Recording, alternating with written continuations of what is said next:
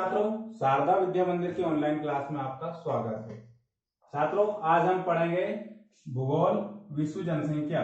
जो भूगोल का हमारा पाठ है विश्व जनसंख्या पाठ 2, उसका भाग दो हम पढ़ेंगे आज। भाग 1 में हमने विश्व जनसंख्या के बारे में पढ़ा था, विश्व जनसंख्या क्या होती है तथा विश्व जनसंख्या का जो वितरण है वह क्या है, और विश्व जनसंख्या के वितरण को प्रभावित करने वाले प्रभाव क्या क्या होते हैं, वो सभी बातें हमने भाग 1 में की थी। इसके पहले का मेरा जो वीडियो है उसमें आपने देखा होगा। पाठ 2 विश्व जनसंख्या कक्षा 12वीं का जो विषय भूगोल है, पाठ 2 विश्व जनसंख्या वह चल रहा है हमारा। तो भाग 1 में हमने इन विषयों पर चर्चा की थी कि विश्व जनसंख्या क्या होती है, जनसंख्या वितरण को प्रभावित करने वाला कारक, जनसंख्या वितरण होता क्या है।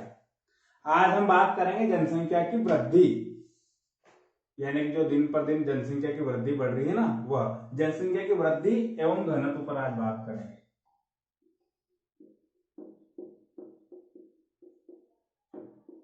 जनसंख्या की वृद्धि, ध्यान दीजिएगा छात्रों, जनसंख्या की वृद्धि। तो वर्तमान में विश्व में, पूरे विश्व की बात हो रही है अभी, वर्तमान में विश्व में जनसंख्या की वृद्धि तेजी से हो रही है। बावजूद इसके कि जनसंख्या की वृद्धि की जो दर है उसमें कमी आई है, जो दर है जनसंख्या वृद्धि की उसमें कमी आई है, लेकिन इसके बावजूद भी जनसंख्या की वृद्धि तेजी से बढ़ रही है। एक रिपोर्ट के अनुसार हम बात करेंगे आज जनसंख्या की वृद्धि पर। एक रिपोर्ट के अनुसार हम देखें तो विश्व की कुल जनसंख्या 1830 में, सन 1830 में विश्व की कुल जनसंख्या 1 अरब थी। एक रिपोर्ट के अनुसार 1830 में विश्व की कुल जनसंख्या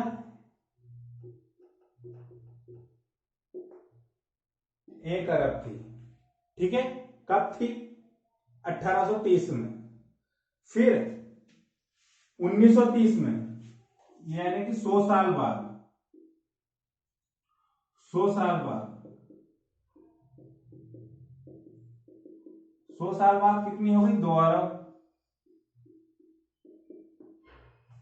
100 साल बाद 2 अरब हो गई थी। इसके बाद हम बात करें तो 1930 में 2 अरब हो गई। इसके बाद 1960 में, यानी कि मात्र 30 वर्षों में, 1930 से 1960 में मात्र 30 वर्षों में 3 अरब हो गई जनसंख्या। देखिए इस दौर में 1930 से 1960 के दौर में 30 सालों में 1 अरब संख्या बढ़ी, यानी कि 3 अरब हो गई 1960 में। 1960 में 3 अरब के बाद इसके 15 साल बाद, यानी कि 1960 से 15 साल 1975 में हम बात करें तो 15 साल बाद 1975 में यह संख्या हमारी हो गई 4 अरब पूरे विश्व में। 1975 में हो गई 4 अरब, और ऐसे ही यह संख्या बढ़ती गई तो 1990 में फिर 15 साल बाद 1990 में हो गई यह 5 अरब, और 1999 की बात करें 1999 में हो गई यह 6 अरब। 1999 में कितनी संख्या हो गई? 6 अरब। अब ऐसा नहीं है कि यह संख्या बढ़ रही है, संख्या में वृद्धि हुई है तो कोई मृत्यु दर नहीं हुई, मृत्यु दर हुई है, लोग मरे भी हैं, लेकिन जनसंख्या में वृद्धि ज्यादा हुई है। किसकी अपेक्षा? मृत्यु दर की अपेक्षा। और उसका कारण क्या है? आप सभी बच्चों को पता होगा। उसका कारण है कि चिकित्सा के क्षेत्र में विकास, जो मनुष्य ने चिकित्सा के क्षेत्र में विकास किए हैं उसके कारण। पहले क्या होता था कि अच्छे अच्छे जो बड़ी बड़ी बीमारियां होती है, बड़ी बीमारियों के हॉस्पिटल नहीं थे, ठीक है ना। तो अब क्या है, सुविधा बढ़ गई है, भारत में पहले से सुविधा बढ़ गई है, तो बहुत सारी बीमारियों पर व्यक्ति ने काबू पा लिया है, बहुत सारी मशीनों का आविष्कार हो गया है। इसके कारण क्या है कि मृत्यु दर में कमी आई है। मृत्यु दर में कमी आई है, इस कारण जनसंख्या की दर बढ़ रही है। मृत्यु भी हो रही है, मृत्यु भी हो रही है, लेकिन इन मशीनों के कारण जनसंख्या में वृद्धि हो रही है। तो 1999 में कितनी हो गई हमारी जो जनसंख्या है, 1999 में हो गई 6 अरब। यह इसी तरीके से यदि बढ़ती रही तो वर्तमान की तो हम बात करें 2020 में तो अभी तो 7 अरब के करीब है, वर्तमान में तो 7 अरब के करीब है, लेकिन इसी तरह यदि बढ़ती रही तो 2030 में 8 अरब के पार हो जाएगी, 8 अरब के पार हो जाएगी। तो छात्रों, यह है जनसंख्या की वृद्धि, किस तरह से जनसंख्या में वृद्धि हो रही है, और इसका कारण भी मैंने अभी आपको बताया है, ठीक है ना। 1830 में 1 अरब थी, 1930 में 2 अरब, फिर जिसके 30 साल बाद 1960 में 3 अरब, फिर जिसके बाद 15 साल बाद 1975 में 4 अरब, है ना, 1990 में 5 अरब, 1999 में 6 अरब, और 2020 में वर्तमान में 7 अरब के करीब है। और यदि ऐसा ही है ग्राफ बढ़ता रहा तो 2030 में 8 अरब हो जाएगी। तो यह जनसंख्या की वृद्धि हो गई। इसके बारे में हम बात करेंगे अभी आगे, जनसंख्या का घनत्व।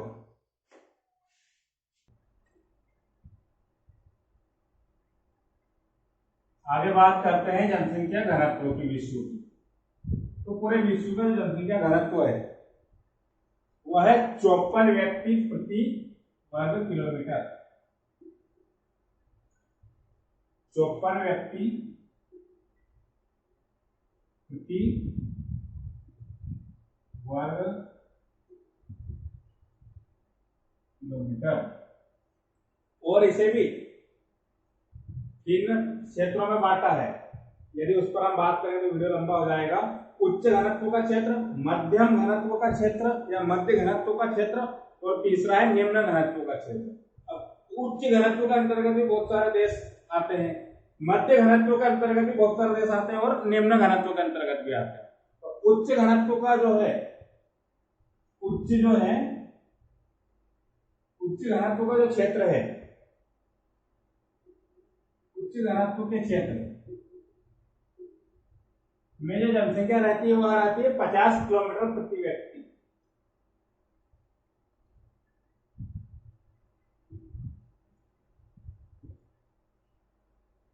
उच्च घनत्व के क्षेत्र में 50 किलोमीटर प्रति व्यक्ति रहते हैं। अब जो मध्य घनत्व का क्षेत्र है वह देश जो मध्य घनत्व के क्षेत्र में आते हैं उन देशों में 10 से 50 किलोमीटर प्रति व्यक्ति रहते हैं।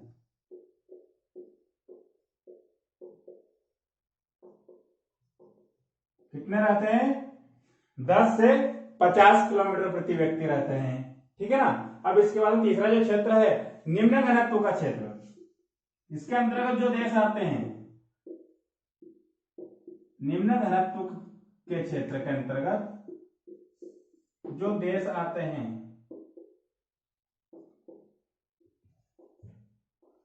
उसमें 10 किलोमीटर प्रति व्यक्ति 10 व्यक्ति प्रति किलोमीटर, 10 व्यक्ति प्रति किलोमीटर, ठीक है। उच्च घनत्व के क्षेत्र में 50 व्यक्ति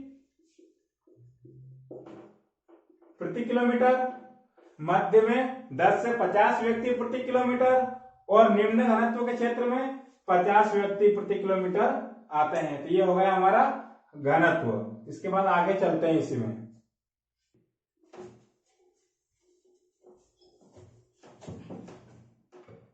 आगे चलते हैं छात्रों, जनसंख्या परिवर्तन। क्या है हमारा अगला टॉपिक? जनसंख्या परिवर्तन।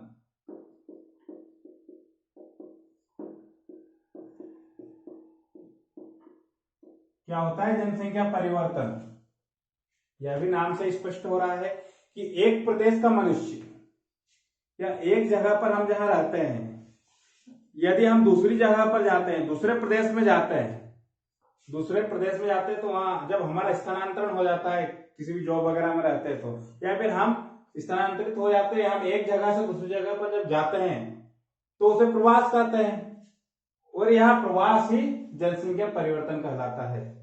जब मनुष्य एक स्थान से दूसरे स्थान पर जाता है तो उसे प्रवास कहते हैं, और यह प्रवास ही जनसंख्या परिवर्तन कहलाता है।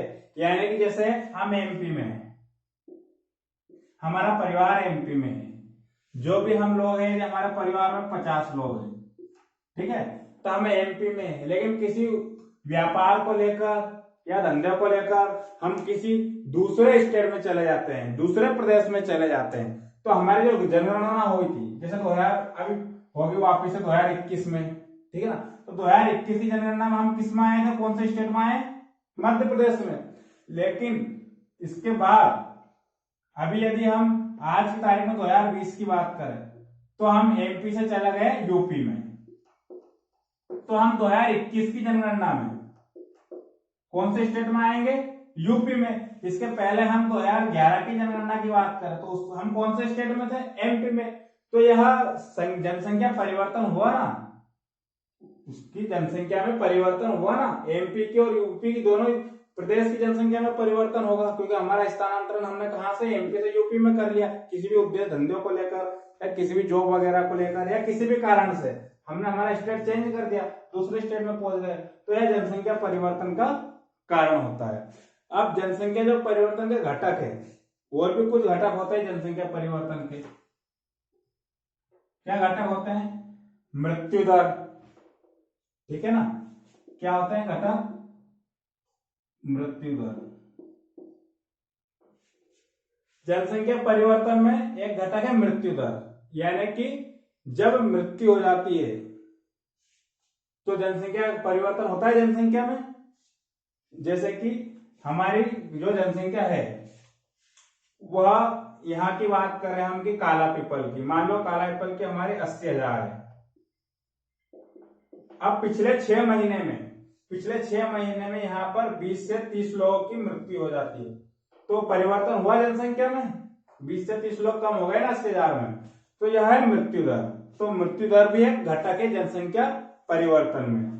अगला है घटक जो हमारा जनसंख्या परिवर्तन में है, वह है छात्रों जन्म दर। अभी स्टार्टिंग में बहुत ही इजी सब्जेक्ट के अंतर्गत बहुत ही इजी टॉपिक है, बहुत ही सरल पाठ आपके चल रहे हैं, तो ये मत समझिएगा कि सर बहुत ही आसान चैप्टर बता रहे हैं और सरल है। क्या स्टार्टिंग है हमारी, स्टार्टिंग हम जो है आसान से सरल से ही स्टार्ट करते हैं, ठीक है ना, सीधे हम सरल भाषा से कठिन भाषा की ओर जाएंगे, ठीक है ना, जो हमारी शिक्षा पद्धति है उसी शिक्षा पद्धति का आधार पर मैं चलाऊंगा सरल से कठिन की ओर, ठीक है ना। तो जन्म दर, अब जन्म दर से आप समझ गए होंगे जो जन्म दर है, ठीक है ना, जिस भी क्षेत्र में स्थित जनसंख्या या लोगों के बीच जो जन्म होता है वहां से उनकी जनसंख्या में परिवर्तन होता है। तो ये सेकंड पॉइंट क्या आ गया हमारा, दूसरा जो तत्व जन्म दर, दूसरा जो घटक है जन्म दर। तीसरा घटक है प्रवास।